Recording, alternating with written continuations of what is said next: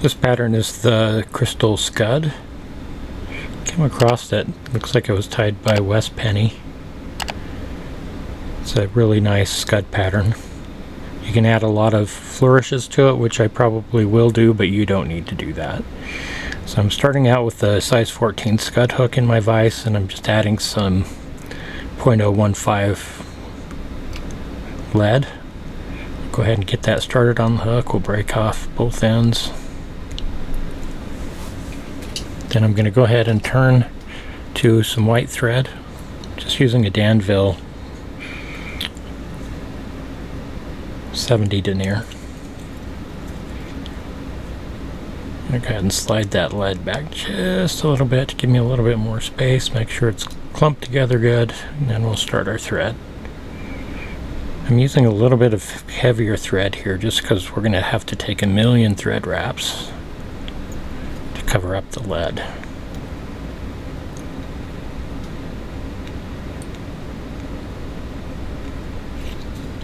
So once I've got that thread nice and secure over the lead, go ahead and trim off the excess. And for the tails, I'm going to use some boar hair, which does a really nice job with these tails here. And I'm just going to secure those on the top of the shank of the hook here.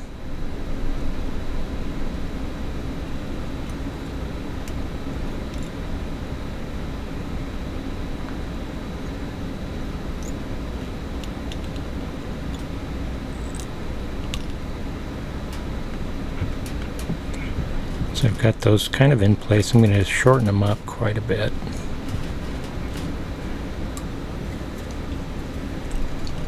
And I'm going to go ahead and wrap down, really more focused on anything, mostly on the, keeping those on the top of the shank of the hook here. I'll bring my thread right back up, and we'll go ahead and remove the extra that we have sitting there. And once I have that removed, we're going to advance our thread back up to behind the eye of the hook.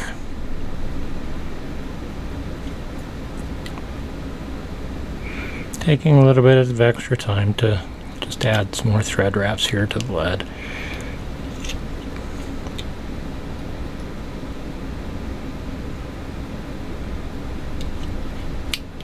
In other words, we're taking the long way back to the eye of the hook.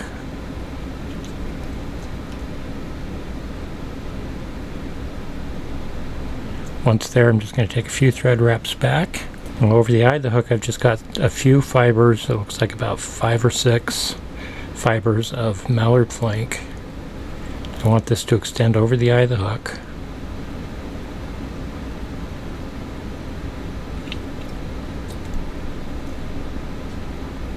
I want to keep them right over the eye. I'll turn my vise to make sure I've done that. Looks like I'm pretty close. I'm going to wrap back, securing and using some of the bulk of that mallard flank so that we can create a transition from the front to the back. We'll trim out that balance. And now I'm going to travel right back down to where we tied in the boar hair for the tails. Next, we're going to tie in a piece of micro tubing. This is going to create a nice ribbing on the fly, and we'll use it to hold in the legs as well. I'm going to get that secured down nice and tight, and then I'm going to bring that back, stretching it a little bit as I go down, back to where our tails start. I'm going to bring my thread right back up.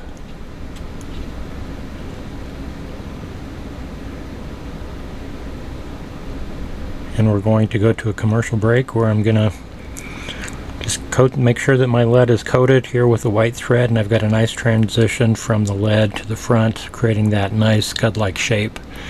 Rather than fast forwarding through all of that, we're just going to take a brief pause, and when we return, our thread will be up here at the front, and hopefully we have this coated fairly well. Alright, we're back. So after 45 minutes of wrapping the thread to get this nice and smooth and tapered, wasn't really 45 minutes, just a few minutes. Doesn't take that long. That's why you want to use that heavier thread. So now I'm just going to take this tubing, or micro tubing. I'm going to take my first wrap right around the tail. I'm going to stretch it a little bit tight. Now as I rib this, I want to leave a little bit of gap in between each of these wraps. So you want to pay pretty close attention to that. Sometimes that can be kind of hard to see when you're stretching a clear micro tubing around a white body. But if you don't get it perfectly, it's still going to work.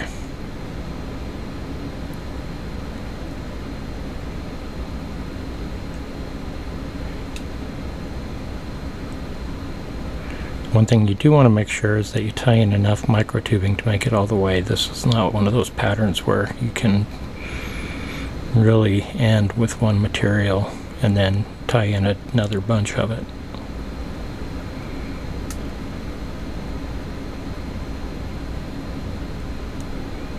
So once you get down here closer to the eye of the hook, we're going to take a wrap or two over the top of that.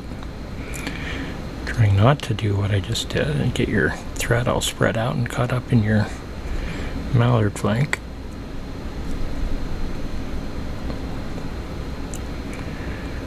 Pull that back, take a few wraps on the other side. Go ahead and turn our hook. We'll stretch this micro tubing tight so it'll suck down into those thread wraps.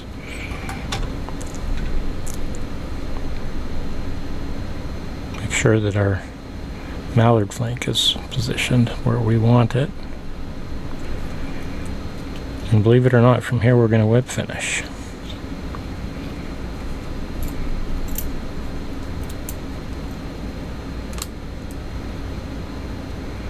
You don't want to create too deep of a head or too big of a head. You want to kind of keep that same slope that we've got.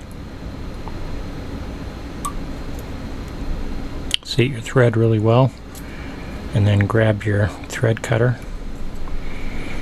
And then from here, after I put my whip finisher and my thread cutter away, I can reposition my hook. Hopefully you can kind of see that nice tail that those boar hair fibers created for us, and then get that kind of situated back. So next I've taken some gray yarn, and it's really good to have one of these combs and just comb through it so those fibers are nice and separated. We're going to drape that over the top.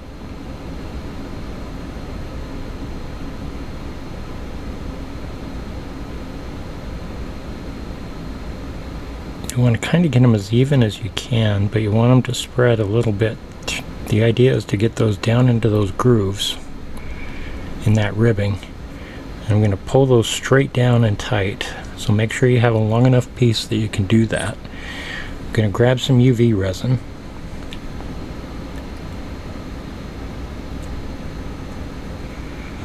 We're just going to put a thin coat of resin over the top here.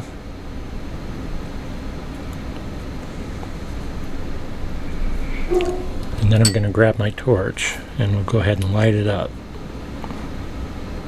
So now we'll take a second bunch. I'm going to wrap that right over, covering the rest that we didn't quite get with the first bunch. Pull those nice and tight, secure down. Once again, I'm going to turn to my UV resin.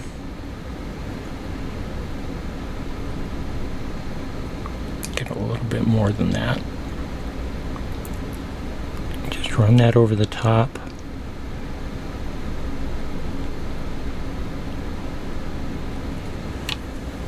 Grab your UV light while you're still pulling down. You've got yourself at this point a very long-legged scud. So long you can't even see it on the camera. Okay, so from here I'm just going to turn this whole thing upside down. I'm going to grab my scissors. I'm going to pull all of those fibers tight, and I'm going to make a cut underneath, just right underneath the point of the hook. Just like that. And then I'm going to go ahead and kind of clean some of those out by taking my scissors up through here, and I'm just going to make some vertical cuts. This will just make it not look quite as uniform, give it more of that buggy look. Thin it out just a little bit. I'm going to take a kind of an orangish Sharpie. We're going to create a yellow or an orange dot here in the middle. Not in the middle, more towards the front. So I start that on the very top. Then I'm going to turn it from side to side a little bit to make sure that what I'm adding is in that same area.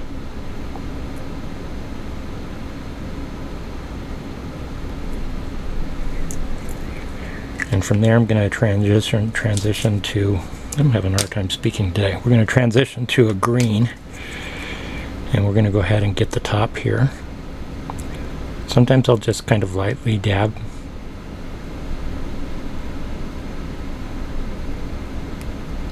Not looking for this to be really dark. And then we'll go ahead and take that same green and we're going to take it down, making sure we get all the way down to the base.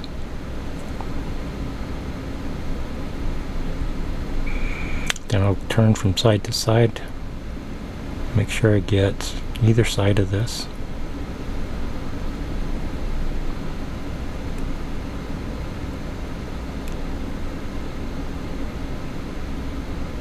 You can use whatever colors you want.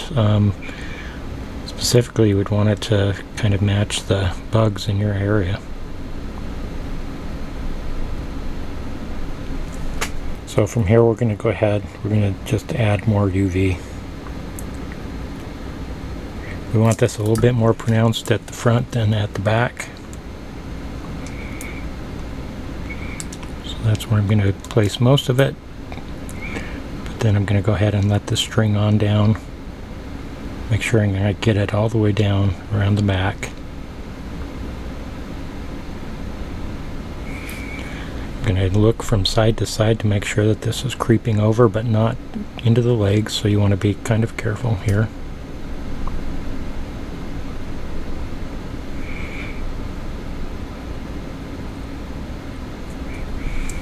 We'll hit that with our torch. Now I'm going to take one more little bit of resin here. I really want to exaggerate the front end here.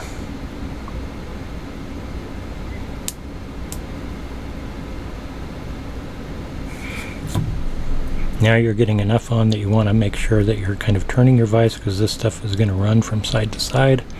I want to make sure I've got it on either side. And to help that out, you can turn it upside down. And gravity will help be your friend.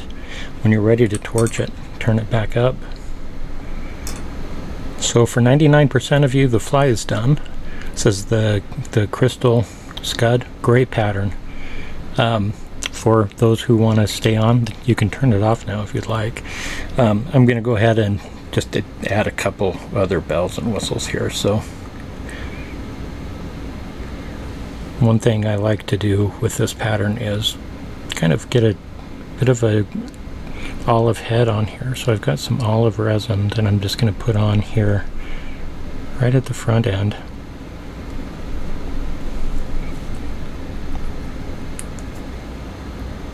Often these little bugs have little eyes, if you ever pay attention to it. So I'm just taking some black resin on one side. I just want to touch. I don't want it smeared. I'm going to go ahead and hit that with my UV light. You can kind of see what that looks like there.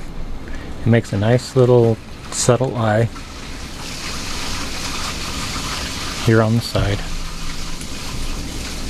And I'm going to turn it the other way.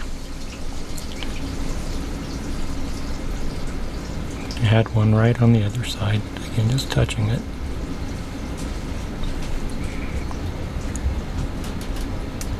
And before I get too carried away, we're going to go ahead and call this little guy done. So there's the, for those who stuck around, the extra Crystal Scud. Fun pattern. Really cool techniques included in this. Throw yourself a hook in the vise and give this one a shot.